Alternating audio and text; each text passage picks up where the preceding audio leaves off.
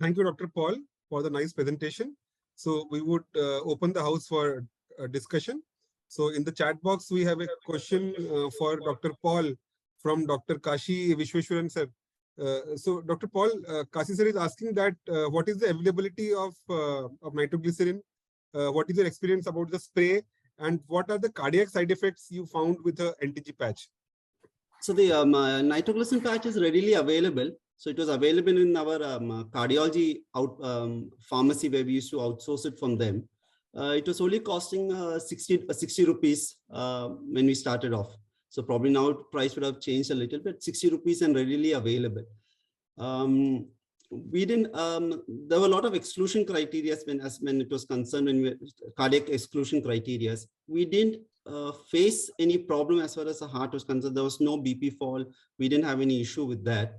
But except for one patient, since this was a locally applied patch, and we applied after, the reason why we chose after 24 hours so that there is bleeding settles and there is no edema also settles. One patient developed intense itching, so it causes intense vasodilatation, and so that patient developed intense vasodilatation below the patch area that it became red, erythematous and intense itching. So it kind of, the skin got burned in that area. He was using just one patch in hardly 12 hours. So then we had to exclude that patient out, and it recovered subsequently, but unfortunately there was a scar in that area also for this patient. But that was just one patient who had a problem. All other patients didn't have any problems, sir. Paul, yes, sir. How long were you using this patch? You said you are starting it the second day onwards. 24 hours. How many days you want? No, sir. We used it just for 24 hours, sir. Oh. Actually, yes, sir. I too was using it, but on the first day, whenever I feel there was spasm, during the procedure or just after that, then I used to apply this for a day, right from surgery to 24 hours. Yes, sir. Okay, sir. So is a patch applied over the skin, sir? Yes, sir. So we waited for after 24 hours so that we exclude any surgical related problems, so especially the swelling, if any swelling and bleeding, like I said earlier. And it's applied just above the anastomosis. Okay. In that region. And the outcome, when did you study the outcome? How many days later? No, sir. So what we did was, sir, after fistula is done, 24 hours we wait off. Then we take the baseline value, sir. And then we apply the patch for 24 hours. And after we remove the patch, we assess we assess those parameters and change of the hemodynamics at that time, sir. And subsequently, we never did. So it was just a point study. If it caused the hemodynamic changes, that is all, sir. But that will not. So then we thought we'll go for a larger study to see what is the effect, and should we continue on a few more sessions of this, and will the fistula mature earlier? But subsequently, I couldn't continue on to a larger study, sir. Actually, Sampath, sir, are you around, Sampath? Hello. Dr. Sampath? Yeah, Kashi here. Yes, Bala. Sampath, I remember you were the one who, suggested this long back. What was your experience? Yeah, see, in fact, Dr. Zakaria's chief had a couple of weeks of stint in the hospital. Yes, sir. Yeah, Dr. Gurian was there. He bought it from you only, sir. Yeah. And my guide. Yeah. And I was just experimenting with this transdermal patch. And I found that the immediate results were very good. And see, I used to have these patches on for 48 hours. Found these definitely showed an improvement in the venous dilatation. And it was fantastic that you were able to put everything into a scientific perspective and make a good study. Zakaria, I congratulate you. Thank you, sir. Ideas from you. But sir, actually, so the first time I went in 2015, many at Aston were very interested that we collaborate and we should do a larger study, because it just cost 60 rupees for us. Yeah. But I was not able to. Dr. Kashi sir wanted to speak something, sir. Yes, sir. Dr. Kashi sir. Hello. Yeah. Yes, sir. We can hear you. Yeah. See, one of the things I wanted to find out was whether it can be applied for longer than 48 hours. And I wanted Paul to ascertain whether the spray is available and whether it can be used.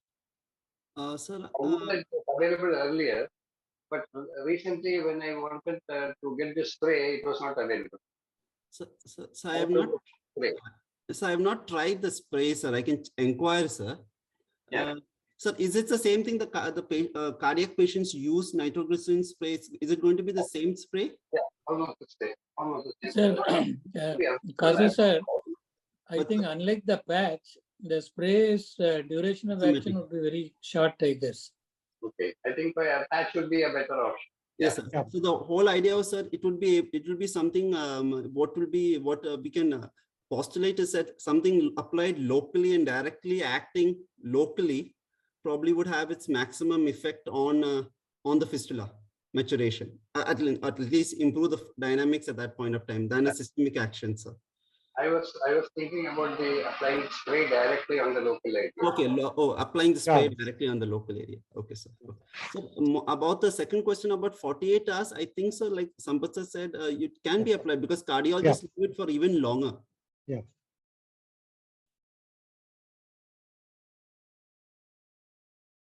I have a question for Dr. Richard. Dr. Richard, are you there? Yeah. So many of us in India are doing PDs, and like we are a PD first center, and in quite a few number of patients we do urgent start PD. So I want to know your experience that in terms of intervention, what extra modifications you do for planning an urgent start PD. That is number one. Number two, which catheters you prefer? Any catheter or a coiled or a straight catheter? That is two. Thirdly, while starting PD, do you start with a cycler or you also do manual exchanges? And what is your experience of catheter leak or catheter leak or leak in such cases? Yeah, so when I first started my fellowship here at the University of Wisconsin, we were doing purse strings on almost all patients, irrespective of the time to starting the PD, whether it had to be a 2-week wait or an urgent start PD.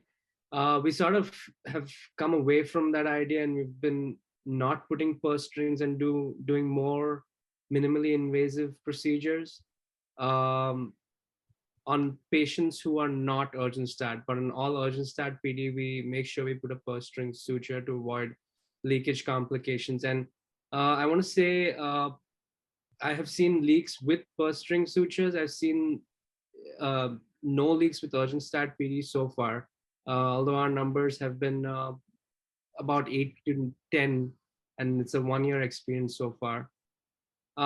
As for procedural modifications, apart from doing the purse string suture around the catheter, we haven't changed much to our procedural technique per se. We choose the catheter size and whether we use a straight or a coil catheter really based on patient size and other factors that you would use in a usual PD catheter placement. As for, I'm sorry, what was your third question? Yeah, you prefer acute cycler or manual exchanges for the PD? Yeah, so it really depends on where we start the PD. So many of our urgent start patients actually start in the outpatient. And if they do that, they are already receiving training on the cycler. If we do start urgent start PD in the hospital, we do a flush at about 8 hours after the PD catheter placement, and then put them on the cycler. We run the cycler during the daytime so that there are dialysis nurses around to troubleshoot if there are issues. And usually they end up going home on a cycler with training in the outpatient units. Yeah, thank you. Actually, what most of us do in India is that apart from a purse string suture, we prefer taking a suture on the inner cuff and anchor it to the rectus sheath so that the catheter does not move. So that is one thing which most of us do. And even Bala sir has shown a video in one of the Inform meetings. So we just suture the cuff, anchor to the rectus sheath, and fix it so that the catheter does not move. And we So, have are yeah. you suturing the cuff itself to the rectus sheath, or the cuff, only the cuff, without without pricking or injuring the catheter per se. So we do it quite often. And second thing is that we have had done it with both coiled catheter as well as straight catheter. Both work very well. And many of us have started PD as early as 48 hours after the catheter insertion. And in a couple of patients, also on the same day on table, we start a PD. Of course, with the low volume exchanges we do, and gradually build it on. Yeah, I'm curious to know. Our purse string is usually placed into the anterior rectus sheath after bearing the cuff into the rectus muscle.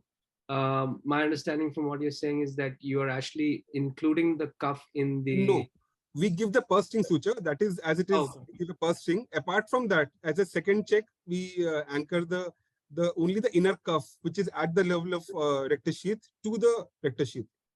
I see. I see. Yeah. Any more questions? Please, the house is open.